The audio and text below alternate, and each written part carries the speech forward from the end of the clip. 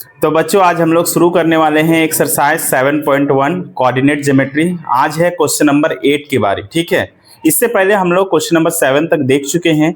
आज question number 8 है और क्वेश्चन नंबर 8 क्या कह रहा है, y का वह मान ज्ञात कीजिए जिसके लिए बिंदु P 2, और Q 10, y के बीच की दूरी 10 मात्रक है। क्वेश्चन आप लोग को एटलीस्ट समझ में आ गया होगा। दो बिंदु दिए गए हैं, ठीक है, P और Q क्या दिए गए हैं, इन दोनों के बीच की दूरी हमें फाइंड दिया गया है। इन दोनों के बीच की दूरी कितना है, 10 मात्रक।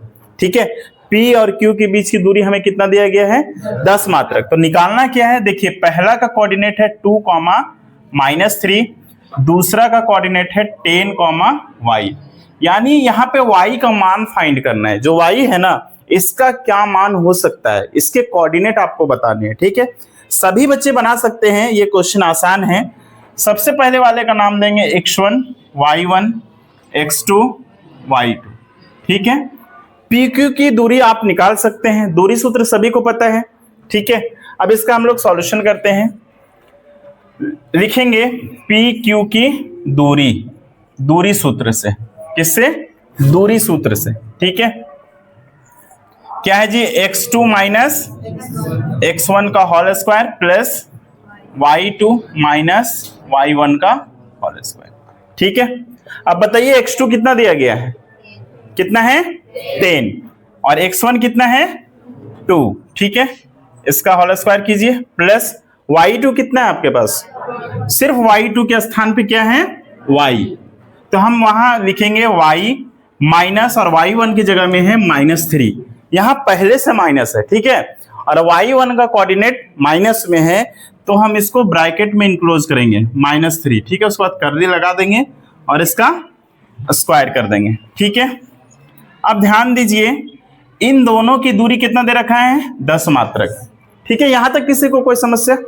देखो जब हम इधर रूट हटा देंगे ना, इधर रूट चला जाएगा तो वो स्क्वायर बन जाता है। क्या बन जाता है, तो ऐसे ही करते हैं सर। 10 में से 2 माइनस कीजिए तो कितना होगा 8 का स्क्वायर प्लस माइनस माइनस क्या होता है y प्लस 3, इसका स्क्वायर कर दीजिए। ठीक है, बराबर ये रूट जब उधर चला जाएगा तो क्या होगा 10 का स्क्वायर हो जाएगा। ठीक है, यहां तक किसी को कोई दिक्कत, सभी को समझ में आ रहा है?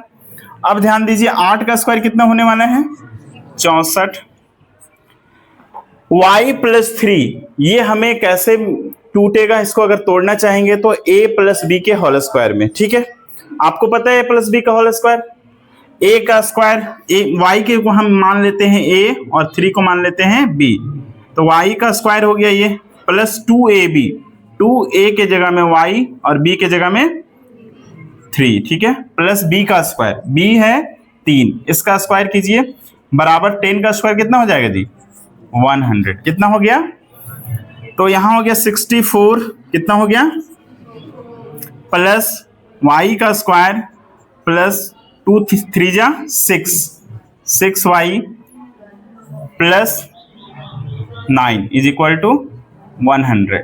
ठीक है, अब 64 में से यानी 64 में से 9 प्लस करेंगे, जोड़ेंगे तो कितना मिलने वाला है, 64 में से 9 जोड़ दीजिए, कितना होगा 73। क्या होगा 73 प्लस y का square plus 6y is equal to 100। यहां तक किसी बच्चों को कोई दिक्कत, सभी बच्चों को समझ में आ रहा है आसानी से? क्या किए हैं, 64 को 9 से प्लस 9 प्लस किए, 64 में 9 जोड़ दिए। ठीक है, यानी 64 में से 9 जोड़ेंगे 73 होगा, y का स्क्वायर प्लस 6y। ठीक है, ये प्लस है, बराबर के अगर उधर चला जाएगा तो क्या हो जाएगा माइनस, तो हम इसको यहां लिखते हैं। ठीक है, क्या लिखेंगे, y का square plus 6y is equal to 100। ठीक है, ये 73 प्लस में था, बराबर किधर आ गया तो माइनस। ठीक है, तो हो जाएगा y का स्क्वायर प्लस 6y, और इसको घटाएंगे तो कितना मिलेगा 27। ये प्लस है, बराबर किधर आ जाएगा तो क्या हो जाएगा माइनस, 27 इज इक्वल टू 0। अब हमें ये द्विघात समीकरण मिला। क्या मिला, द्विघात समीकरण। द्विघात समीकरण को तोड़ने का जो विधि है आप लोग पहले भी पढ़ चुके हैं कि फर्स्ट टर्म और लास्ट टर्म को हम लोग क्या करते हैं, गुना करते हैं, यानी y का स्क्वायर इंटू -27, जब गुना करेंगे तो कितना आएगा, -27y का स्क्वायर। ठीक है, यहां तक किसी को कोई दिक्कत?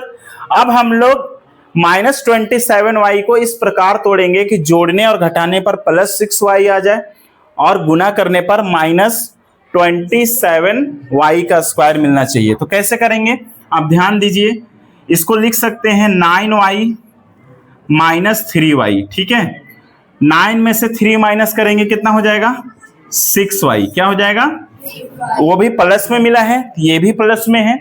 अगर इसको गुना कर देते हैं 9 तिया कितना हो जाएगा, 27, y गुना होगा तो y का स्क्वायर प्लस माइनस माइनस मिल रहा है ना। तो हम इसको आसानी से यहां ऐसे लिख दीजिए, y का square plus 9y - 3y - 27 is equal to 0। ठीक है, यहां तक किसी को कोई दिक्कत? अब इससे हम कॉमन टर्म ढूंढेंगे। ठीक है, कॉमन टर्म आप ढूंढिए, इन दोनों में क्या कॉमन टर्म है, सिर्फ y है, आप y को लिख लीजिए, y + 9।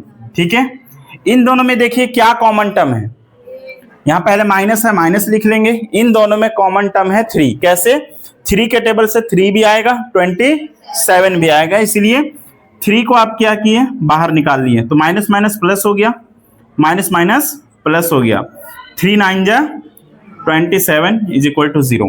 ठीक है, इस देखिए जब भी इस तरह का फैक्टराइज करेंगे बीच वाला टर्म हमेशा इक्वल होना चाहिए। बीच वाला टर्म क्या होना चाहिए, इक्वल होना चाहिए। यहां आपको दिख रहा है ना इक्वल।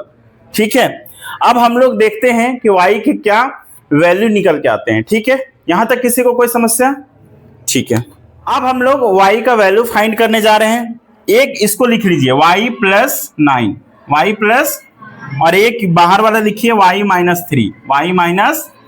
अब इससे सेपरेट सेपरेट आप मान निकाल लीजिए। ठीक है, y + 9 इज इक्वल टू 0, ये प्लस है, बराबर को उधर चला गया तो माइनस, यानी एक y का वैल्यू -9 आया है। दूसरा हम लोग देखेंगे y - 3 इज इक्वल टू 0, ये माइनस है, बराबर को उधर चला गया तो प्लस, यानी बोल सकते हैं y के दो मान आए, एक -9 और एक 3। यही संभवतः दो मान है y के, यही y के दो मान है संभवतः। y के एक मान -9 है और एक 3 है, यानी यही दो कोऑर्डिनेट निकल के आए हैं और यही दो कोऑर्डिनेट हमारा आंसर भी होगा। ठीक है, बात समझ में आ गया आपको? यहां तक किसी को कोई दिक्कत? आप जब भी बनाएंगे, अगर इतना बड़ा क्वेश्चन आपको मिल गया तो आपको लास्ट तक बने रहना है ना, कंप्लीट करना है उसको। ऐसा नहीं कि बीच में ही छोड़ देना, नहीं बहुत बड़ा है छोड़ देते हैं। कभी कभी ऐसा होता भी है कि आपको द्विघात समीकरण भी मिल जाएगा बीच में, अभी तक तो नहीं मिला था। ये पहला है, यानी क्वेश्चन नंबर 8 में पहला है जहां हमें दो प्रकार से क्वेश्चन को सॉल्व करना पड़ा। फर्स्ट पार्ट इसका ये है कि जब हम लोग दूरी सूत्र से निकालने का प्रयास करते हैं तो हम कहां पे पहुंच जाते हैं, एक और फॉर्मूला का यूज करना पड़ता है जो द्विघात होता है ना, द्विघात में पहुंच जाते हैं। यहां से हम लोग y के वैल्यू को फाइंड करते हैं। ठीक है, और यहाँ y के कितने मान निकल के आते हैं, दो मान निकल के आते हैं, -9 और 3, और यही दोनों मान हमारे आंसर होंगे। ठीक है, यहां तक किसी को कोई समस्या? तो मिलते हैं अब हम लोग अगले क्लास में। ठीक है।